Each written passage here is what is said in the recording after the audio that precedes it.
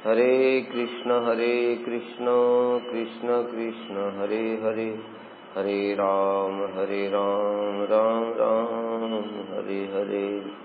श्री बृहद भागवतामृतम द्वितीय खंड चतुर्थ अध्याय। हम लोग सुन रहे थे कि किस प्रकार से गोप कुमार जी वैकुंठ में पहुंचे। वहां जाकर के उन्होंने वैकुंठ का ऐश्वर्य देखा और सोचने लगे कि वैकुंठ के सेवकों का ही ऐश्वर्य इस प्रकार से है तो भगवान का ऐश्वर्य कैसा होगा। इत्थम हर्ष प्रकर्षेण उत्तिष्ठ उन्नविशन वृषम गोपुरे वर्तमानो हम तैर्जवे नैत्य पार्षदै।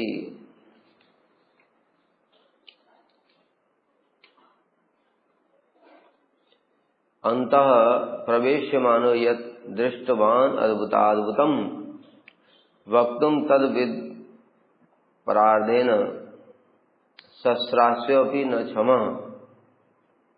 अब मैं उस गोपुर में रह करके हर्षपूर्वक बार बार खड़ा हो रहा था तथा बैठ रहा था। आनंद के कारण कभी बैठते कभी उठ जाते, फिर देखते फिर बैठते फिर उठ जाते। इस बीच मेरे संगी पार्षदगण आए जो मुझे लेने के लिए आए थे पृथ्वी पर, और मुझे पुरी के भीतर ले गए। अब भीतर की ओर ले जा रहे हैं। अब भीतर में बहुत सारे द्वार हैं। मैंने वहां प्रवेश करके जो कुछ देखा वह सब बड़ा ही अद्भुत था। सहस्रवदन अनंत देव भी द्विपरार्ध काल मतलब ब्रह्मा जी की आयु तक उसे वर्णन करने में समर्थ नहीं होंगे, ऐसी अद्भुत वहां की महिमा थी।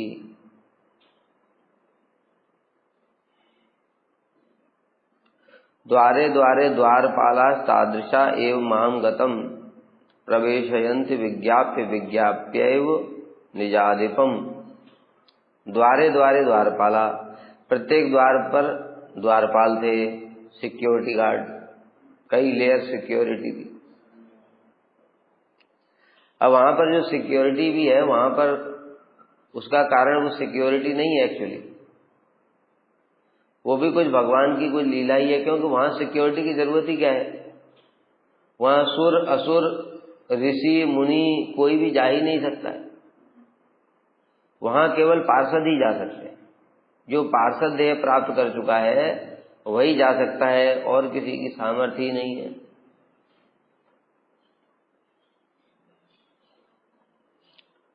इसलिए वहां पर किसी सिक्योरिटी की आवश्यकता नहीं है। अब वो भी क्या है, वो लीला ही है बस।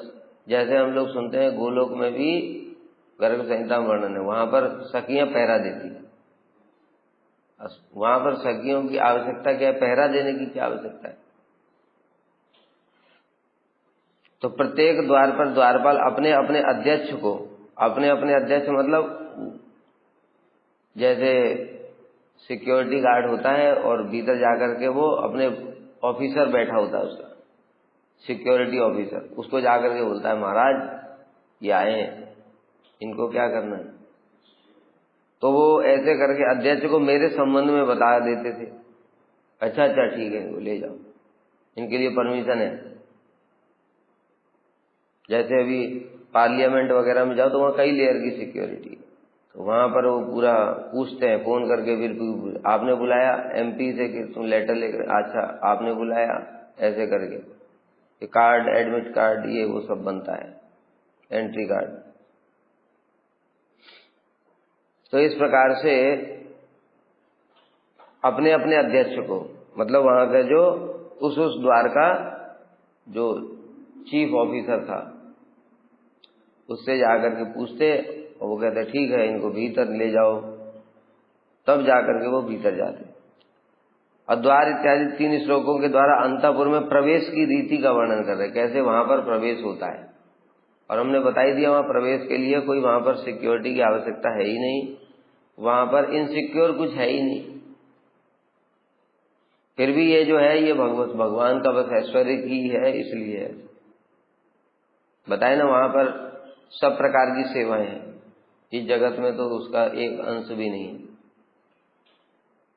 मैं जिस जिस द्वार पर उपस्थित होता पूर्व की भांति उस द्वार के द्वारपाल भी अपने अध्यक्ष को मेरे विषय में बतलाकर मुझे उस द्वार में प्रवेश कराते। कई सारे द्वार हैं, सुनते ना वैकुंठ के 7 द्वार हैं, जो चतुर्सेन गए थे। तो इस प्रकार से और भी होंगे, वो 7 का तो वर्णन है, और भी कितने होंगे क्या होगा वो तो हम अपने कभी पहले ही उन्होंने बता दिया था, ये बुद्धि के द्वारा समझ नहीं सकते, वो देखने से ही समझ में आएगा। ऐसे करके एक के बाद एक द्वार में प्रवेश करते रहे। इस प्रकार मैंने बहुत से द्वारों को पार कर लिया। प्रतिद्वारांतरे गत्वा गत्वा तत्प्रतिहाराभि हारिभि प्रणम्य मानो यो यो ही तत्प्रदेशाधिकारवान दृश्यते स मन्येत जगदीशो मया किल पूर्वत संभ्रम आवेशात नम्यते स्तूयते मुहु। प्रतिद्वार अंतरे गत्वा, प्रत्येक द्वार के द्वारपालगण एक द्वार से अन्य द्वार में जाकर के उस प्रदेश के अधिकारियों को प्रणाम करने लगे। क्या मतलब, जो द्वारपाल खड़े थे और वो भीतर में जो द्वार का अधीक्षक था, मैनेजर, चीफ ऑफिसर, उनको जाकर के प्रणाम करते, महाराज ये नया व्यक्ति आया है, ऐसे करके गोप कुमार के लिए बोलते हैं, इसके लिए क्या करना है। तो ये गोप कुमार सोचते अरे यही भगवान है, ये परमिशन लेने के लिए गए, यही भगवान है। इतना ऐश्वर्य था उनका, जो द्वार के अधीक्षक थे। तो उनको मैं भी उन अधिकारी, वो प्रणाम करते हैं तो मैं भी उन अधिकारियों को देखकर जगदीश मानकर पहले की भांति सम्मान सहित बार बार प्रणाम और स्तव करने लगा। जैसे ही वो देखते तो तुरंत स्तव स्तुति शुरू कर देते कि यही तो भगवान है, और भगवान मान करके उनको स्तव स्तुति शुरू कर देते। एक द्वार में, फिर दूसरे द्वार में, फिर हर द्वार में ऐसे ही हो रहा था। मतलब सोच रहे थे भगवान तो अभी तक दिखे ही नहीं है, कि कितनी बार कितने लोगों को भगवान मान करके वो प्रणाम और स्तुति कर चुके हैं। अभी तो बैकुंठ में अंदर प्रवेश भी नहीं हुआ है, उसके बाहर तक ही बात चल रही है। इसका मतलब क्या है, जो बताया था कि सबका ही वहां पर ऐश्वर्य भगवान के समान ही होता है, कोई भी साधारण नहीं है वहां पर। मैं भी उनकी भांति अध्यक्षों को बैकुंठ ईश्वर मान करके सम्मान करता, प्रणाम और स्तव स्तुति करता। यदि आपत्ति हो कि द्वारपालों ने तो प्रत्येक द्वार के अधिकारी को अध्यक्ष रूप में प्रणाम किया, किंतु आपने किस लिए उन्हें प्रणाम किया? तो वस्तुतः मुझ में समझने की सामर्थ्य नहीं थी, क्योंकि उनके विचित्र वैभव के महत्व से मेरा ज्ञान विलुप्त हो गया था। कुछ समझ ही नहीं आ रहा था, इतना ऐश्वर्य, ये तो यही भगवान हो सकते, भगवान के अलावा इतना ऐश्वर्य। क्योंकि उन्होंने अभी से देखो, उनको सब कुछ याद है पुराना भी, और नीचे वाला इतना ऐश्वर्य जो भगवान के अवतार थे उनमें भी इतना ऐश्वर्य नहीं देखा था। क्योंकि इस जगत में जो भगवान के अवतार में तो थोड़ा सा ऐश्वर्य प्रकाशित करते हैं, ये तो साक्षात बैकुंठ है। बैकुंठ के पार्षदों का भी इतना ऐश्वर्य है, जितना कि यहाँ पर भगवान जब आते हैं इस जगत में, तो क्योंकि इस जगत में जब भगवान आते हैं तो हमारे अधिकार के अनुसार ऐश्वर्य प्रकाशित करते हैं। मतलब ज्यादा प्रकाश अगर उन्होंने अपने शरीर से निकाल दिया तो हमको दिखेंगे ही नहीं, तो हमारे लीला के अनुसार में थोड़ा सा ऐश्वर्य प्रकाशित करते हैं। लेकिन वहां तो प्रत्येक पार्षद ही भगवान के जैसा ऐश्वर्य प्रकाशित करता है, उसके शरीर से तो किरणें ऐसी निकलती हैं कि वही दिखाई नहीं देंगे। इस प्रकार से तो कह रहे हैं, इस कारण से मेरा ज्ञान विलुप्त हो गया, मैं समझ नहीं पा रहा था कौन भगवान है कौन नहीं है। सब तो एक से एक ज्यादा ऐश्वर्य वाले दिख रहे थे। इस वचन से गोप कुमार द्वारा उन अध्यक्षों को जगदीश मानने का कारण प्रदर्शित हुआ है, तथा वैकुंठ पार्षदों के साथ भगवान के सादृश्य का महात्म्य, ये जो हमने अभी बताया, वैकुंठ पार्षदों के साथ भगवान का सादृश्य, वैसे ही लगते हैं बिल्कुल, ऐश्वर्य भी वैसा ही है, विभूतियां शक्तियां अनंत हैं उनके भी। और गोप कुमार के द्वारा भगवान के दर्शन की उत्सुकता में आवेश भी प्रदर्शित हुआ है। उत्सुकता भी बहुत है कि भगवान कब दर्शन होगा, दर्शन होगा। अतः तई पार्षदई स्निग्धई असाधारण लक्षणम प्रभोर विज्ञापितो अहंच शिक्षिता स्तवनादिकम। इसके बाद मेरे प्रति स्निग्ध उन वैकुंठ पार्षदों ने मुझे प्रभु के असाधारण, जब देख रहे पार्षद, अभी तो पहले तो पार्षद थे नहीं, वो तो भीतर चले गए थे परमिशन लेने के लिए। अभी तो इनके साथ पार्षद हैं, अब ये पार्षद देख रहे हैं बार बार, ये सबको भगवान मान लेता है। तो कहते बेटा गोप कुमार, प्यार से बोला, गोप कुमार जी सुनिए, भगवान के बड़े असाधारण लक्षण होते हैं और प्रभु के स्तव आदि की भी शिक्षा दी। मतलब जब भगवान सामने आएंगे तो देखो ऐसे ऐसे स्तुति करना, भगवान को ये सब प्रिय है, इस प्रकार से। तो वैकुंठ की शिक्षा दे रहे ना, जैसे गोलोक में जाते तो गोलोक में ये सब स्तव स्तुति की शिक्षा नहीं देते, कृष्ण की सेवा कैसे करनी है, सख्य भाव से, वात्सल्य भाव से, मधुर भाव से, वो सब शिक्षा दी जाती। अब वैकुंठ में स्तव स्तुतियां ही चलेंगी, इसलिए उनको स्तव स्तुति भी सिखाई और भगवान के असाधारण लक्षण जो पार्षदों को ही पता है, अन्य दूसरों का भी ऐश्वर्य भगवान के समान ही है, उनसे पार्षदों से भगवान का क्या वैशिष्ट्य है वो उन्होंने बताया, क्योंकि उनको पता है। गोप कुमार को तो पता ही नहीं है और हमको भी नहीं पता है, तो हम क्या बता सकते। मेरी अवस्था को देखकर उन संगी पार्षदों ने मुझे प्रभु वैकुंठेश्वर के असाधारण लक्षण अर्थात उनके वक्ष स्थल पर श्रीवत्स चिन्ह, ये नहीं होगा किसी, क्योंकि श्रीवत्स में मतलब लक्ष्मी जी विराजमान है और पार्षदों के लक्ष्मी जी विराजमान नहीं है। तथा प्रभु के स्तवाद के विषय में भी शिक्षा प्रदान की। इसका कारण था कि पार्षदगण मेरे प्रति स्निग्ध थे।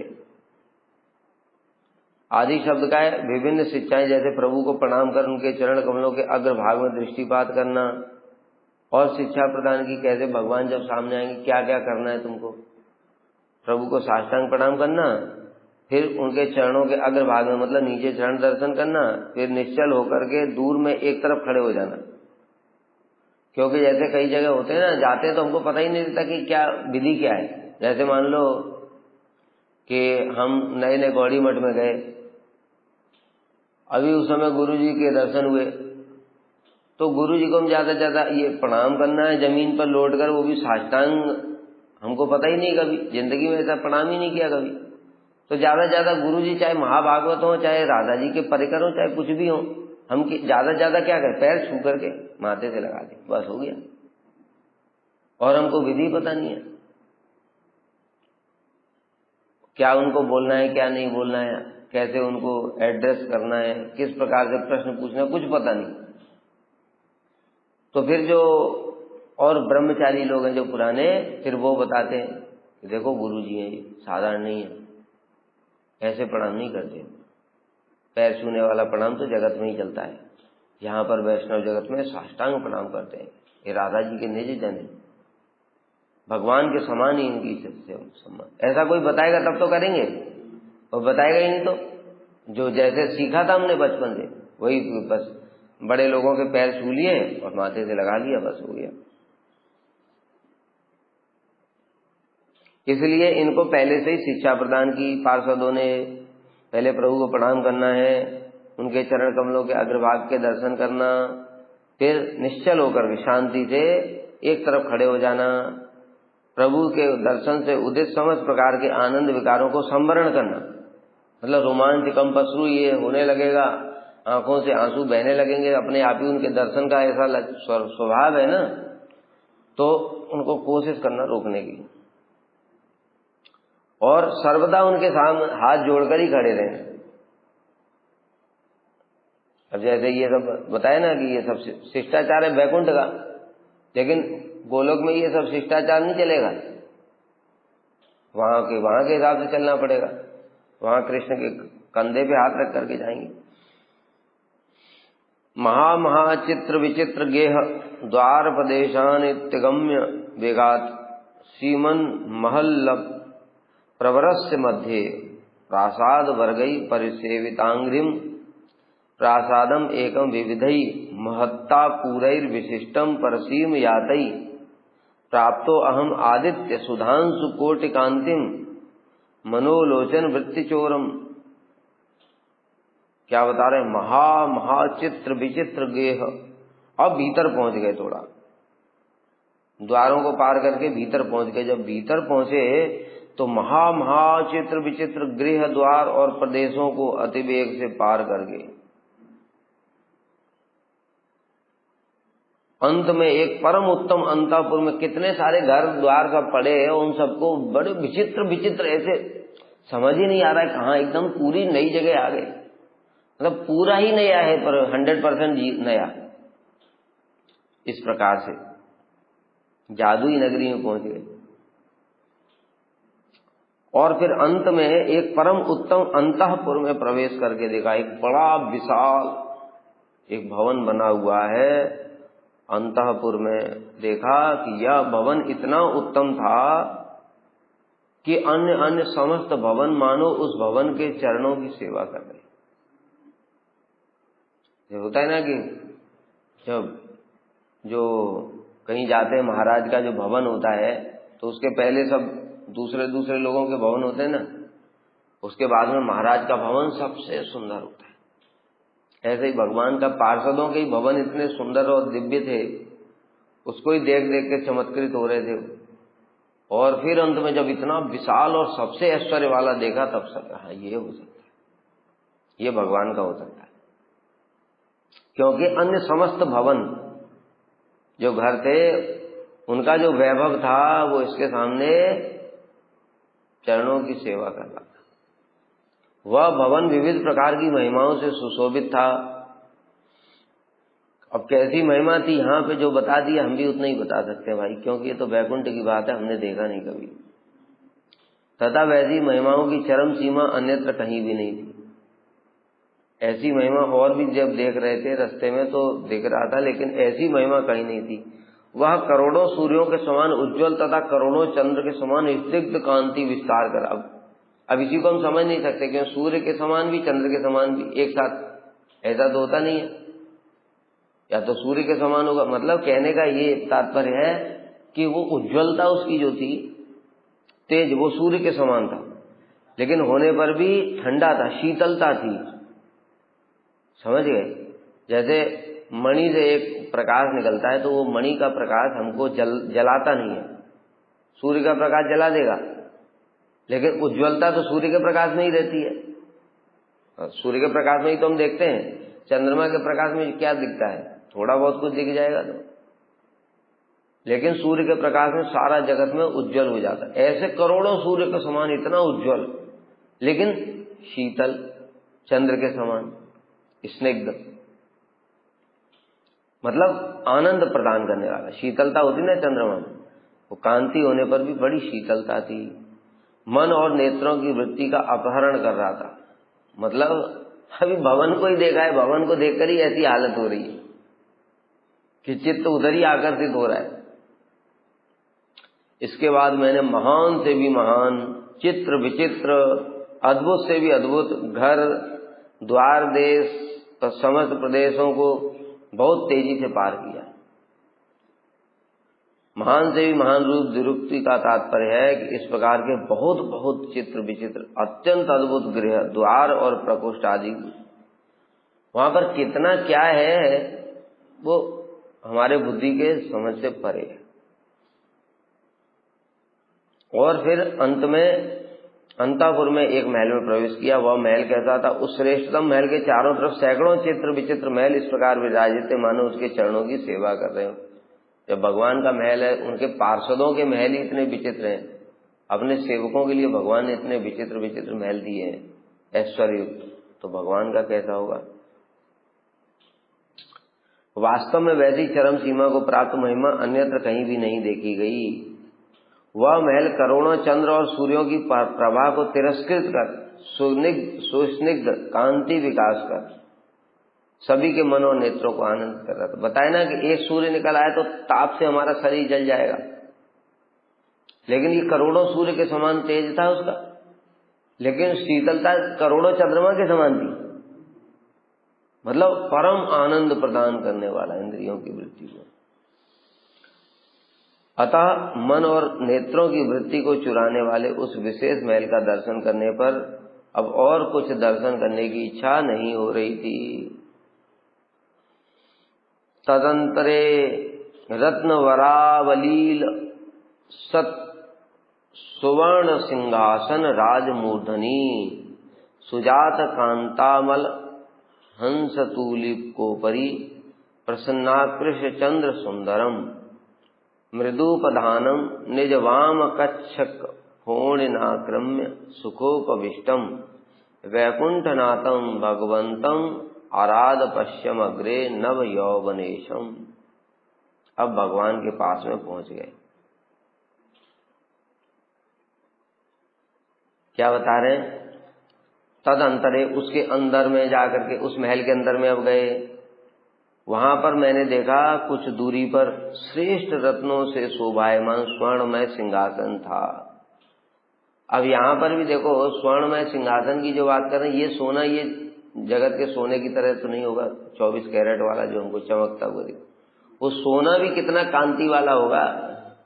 देखो बाहर का जो, एक बात सोचो, जो हम लोग घर बनाते हैं, घर की जो दीवारें बनाते हैं, बाहर जो मटेरियल लगाया है और जो भीतर में जिस पे हम सोएंगे बैठेंगे, वो श्रेष्ठ होगा कि नहीं?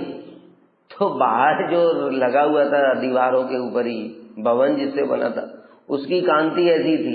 तो भगवान जहाँ बैठे होंगे वो सोने के, बता रहे सोना था, लेकिन उसकी कांति कैसी होगी तो कल्पना भी नहीं कर सकते, ऐसा स्वर्ण था वो। और उसके ऊपर फिर रत्न पूरा विराजमान, चारों तरफ रत्नों से जटित, और उसके ऊपर हंस तूलिका ऊपरी, हंस तूलिका अर्थात कोमल और कलंक रहित पूर्ण चंद्र के समान सुंदर समस्त उपादान, बिछौने तक ये इत्यादि, एकदम सुंदर मखमली आसन, सॉफ्ट रुई वाला एकदम गद्देदार, तकिए इधर उधर चारों, पीछे आगे पीछे चारों तरफ तकिए सब विराजमान। नव यौवन के ईश्वर 16 वर्षीय भगवान वैकुंठनाथ उन उपधानों पर अपना वाम अंग और कोहनी रखकर, देखो ऐसे करके और ऐसे तकिए के ऊपर ऐसे कोहनी रखे थे, ऐसे करके सुखपूर्वक विराजमान थे। मैंने दूर से देखा कि उस महल के सुविस्तीर्ण प्रकोष्ठ के बीच में रत्नों से जड़ित अर्थात शोभायमान स्वर्णमय सिंहासन राज था। उस सिंहासन की क्या अद्भुत महिमा होगी, जब भवन की बाहर की इतनी महिमा अधिक थी। उस सिंहासन पर एक कोमल सुंदर उज्जवल हंस तूलिका, मतलब बिछौना बिछा हुआ था, सुंदर सॉफ्ट से भी सॉफ्ट रुई वाला हल्का सा गद्दा युक्त, जिस पर श्री वैकुंठनाथ सुखपूर्वक विराजमान थे। कैसे विराजमान थे?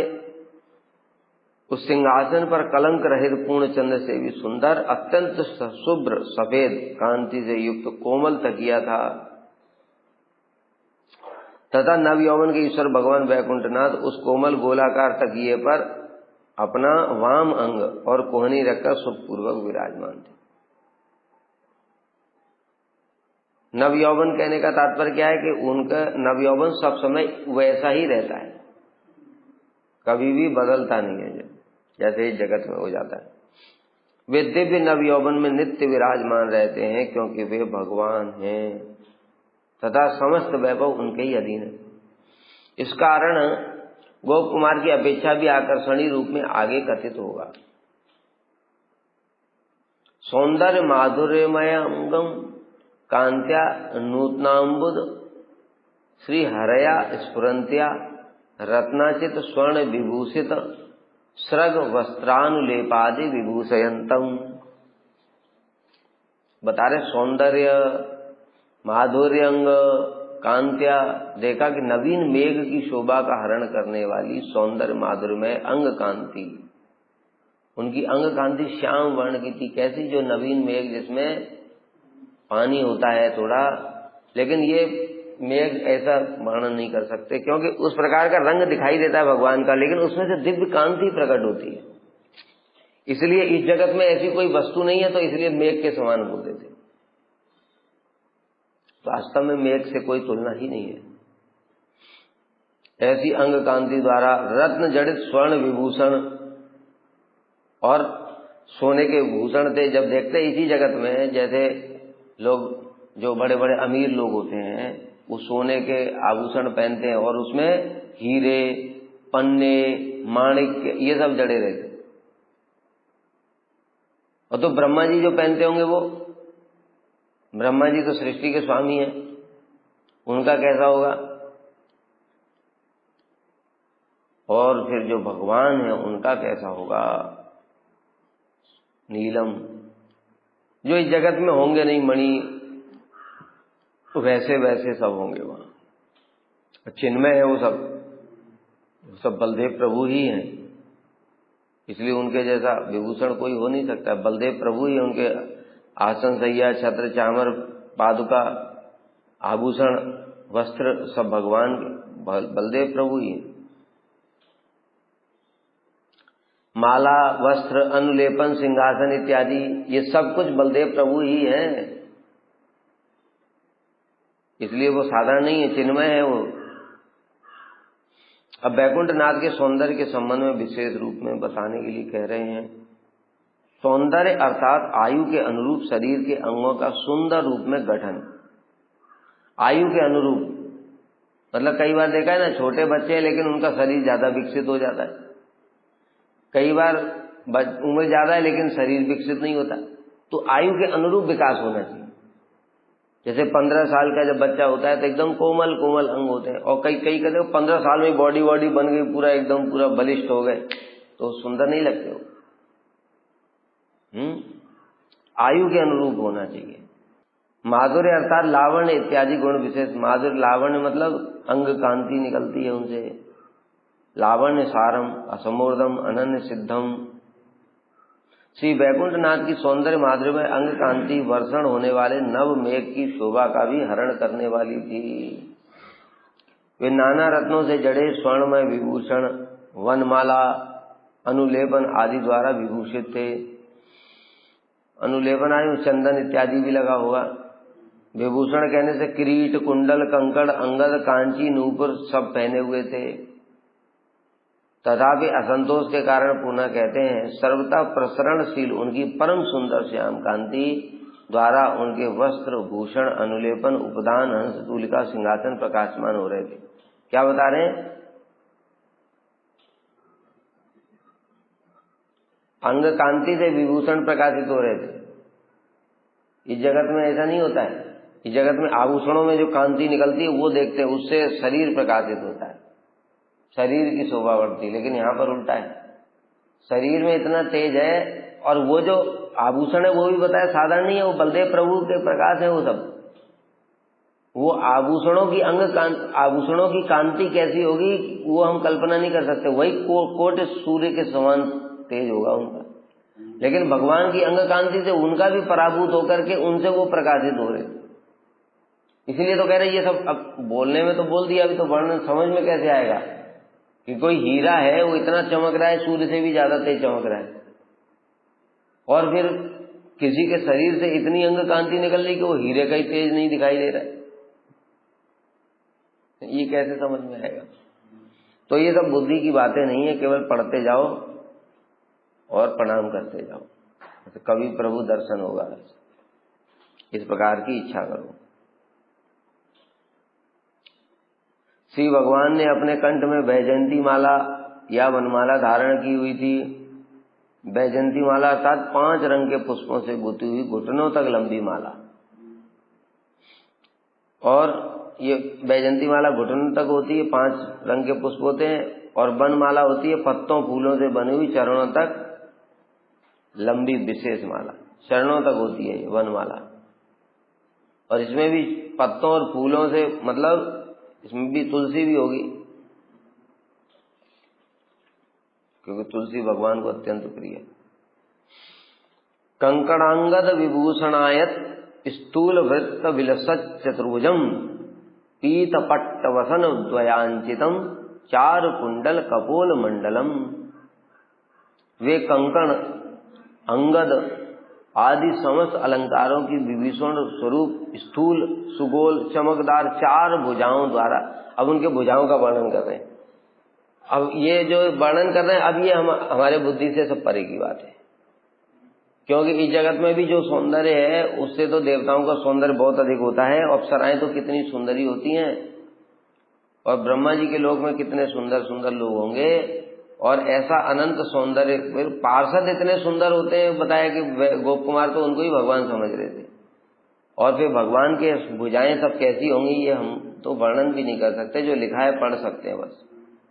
इसलिए अब हमारी व्याख्या करने लायक यहाँ कुछ भी नहीं है, अब चुपचाप पाठ करते रहो।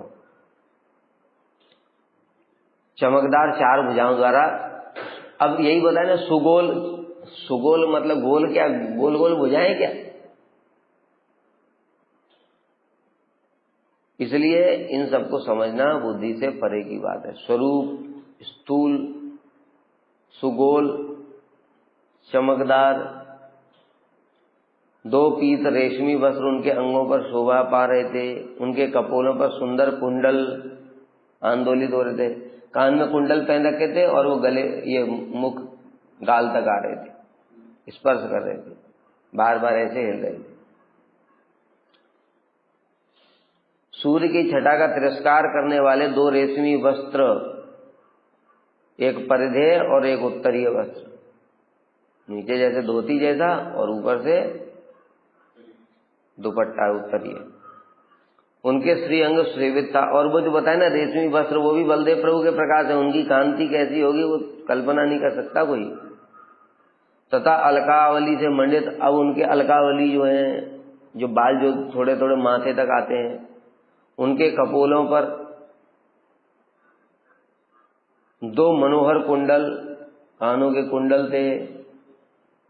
कौस्तुभ आभरण 3 वक्षसम कंबुकंठ धृत मौक्तिकावलिम सस्मित अमृत मुखेन्दुम अद्भुतम प्रेक्षणोल्लिसित लोचनाम्बुजम। कौस्तुभ आभरण 3 वक्षसम, विशाल वक्ष स्थल था। अब देखो यही कहने का मतलब, सुंदर भी है विशाल भी है। और तो विशाल होगा तो क्या बॉडी बिल्डरों की तरह होगा? और बॉडी बिल्डरों का विशाल तो होता है पर सुंदर नहीं लगता है वो। लेकिन इनका बड़ा सुंदर भी था, विशाल भी था। उस पर कौस्तुभमणि शंख के समान कंठ में, अब गला शंख के समान कहने से क्या समझोगे तुम? कुछ समझ नहीं सकते। मोतियों का हार शोभा पा रहा था। उनका मुख चंद्र मंद मुस्कान से, अमृत से परिपूर्ण था। मंद मंद मुस्कान, भगवान हंस रहे थे तथा अपने खिले हुए कमल के समान नेत्रों द्वारा भंगिमा पूर्वक अवलोकन कर रहे थे। खिले हुए कमल के समान, जो जब कमल विकसित होता है तो उसकी पंखुड़ियां होती ना ऐसे सुंदर बड़ी बड़ी, ऐसे पूरा उस प्रकार से भगवान के नेत्र थे और भंगिमा पूर्वक गोप कुमार को देख रहे थे। कृपा भरोद्य वरचिल्ली नर्तनम स्ववाम पार्श्वे स्थितयात्म योग्यया निवेद्यमानम रमया सविभ्रमम प्रगृह तांबूलम मदंतम उत्तमम, तांबूलम अदंतम उत्तमम। और भी देखा, धनुष के जैसी उनकी भ्रू युगल कृपा वितरण करने के लिए नृत्य कर रही थी। ऐसे ये भौएं होती ना, भौएं धनुष के समान। अब बताए ना, ये जगत में धनुष का ऐसा ही उस प्रकार का दिखता है, इसलिए ऐसा वर्णन करे तो धनुष के समान थोड़ी होंगी। कितना सुंदर है भगवान की प्रत्येक वस्तु। अब इस जगत में जो जो तुम जानते हो उस चीज के समान तुलना की गई है, बस ये समझ। उनके बाईं ओर उनके ही अनुरूप महालक्ष्मी विशेष सम्मान के सहित उन्हें तांबूल निवेदन कर रही थी। उनके ही अनुरूप मतलब जैसे नारायण का सौंदर्य था उसके अनुरूप ही लक्ष्मी जी का भी सौंदर्य था। जैसे नारायण का वैभव था वैसे ही अब अभी इनकी उम्र 16 वर्षीय है तो लक्ष्मी जी की उम्र कितनी होगी? उनका भी दिव्य अलंकार, वस्त्र इत्यादि आभूषण सारे के सारे उनके, इसलिए उनके अनुरूप। जैसे बताया वर है एकदम गोरा सुंदर और वधू है काली कलूटी, अथवा उल्टा स्त्री सुंदरी है और उसका पति एकदम कल्लू, तो बिल्कुल भी जो शोभा नहीं होती। लेकिन यहाँ पर भगवान का भी सौंदर्य बताया और उनके अनुरूप ही, मतलब वैसा ही लक्ष्मी जी का भी है, क्योंकि उनकी शक्ति है, नारायण की शक्ति है, तो शक्ति का सौंदर्य, शक्ति का वैभव, ऐश्वर्य, सब कुछ तो भगवान की तो शक्ति है वो। तो भगवान का शक्ति का मतलब है भगवान का ही वैभव पूरा उनके रूप में प्रकाशित है। तांबूल निवेदन कर रही थी, उनको पान दे रही थी भगवान, तथा भगवान भी उत्तम तांबूल को, उत्तम तांबूल मतलब बताया ना, सब चिन्मय है, कैसा होगा उसकी कल्पना नहीं कर सकते, आदर सहित ग्रहण का चर्वण कर रहे थे। और चर्वण करते करते भगवान के होठ पर भी थोड़ी थोड़ी लालिमा होगी, बिंबाधर, इसलिए उनके अधर भी बिंब फल के समान लाल लाल प्रतीत होते हैं। मेघ के समान सुंदर उनका शरीर की कांति है, और कांति निकल रही है उसमें से, बिंब के समान लाल लाल उनके होठ है। लक्ष्मी जी गौरव सहित अपने दाएं हाथ से उन्हें समस्त सद्गुणों से युक्त उत्तम तांबूल, सद्गुणों से युक्त मतलब सुगंध भी थी, स्वाद भी था, सब कुछ था उसमें। और भगवान भी लीला पूर्वक दाएं हाथ के अंगूठे और तर्जनी के अग्रभाग द्वारा ग्रहण, ऐसे ग्रहण किए तांबूल को, अंगूठे और तर्जनी के द्वारा, और विशेष भंगिमा से प्रेम पूर्वक उसे चबा रहे थे। तो महालक्ष्मी कैसी थी? भगवान की बाईं ओर स्थित रहने के कारण भगवान के ही अनुरूप थी। बाईं ओर मतलब शक्ति है,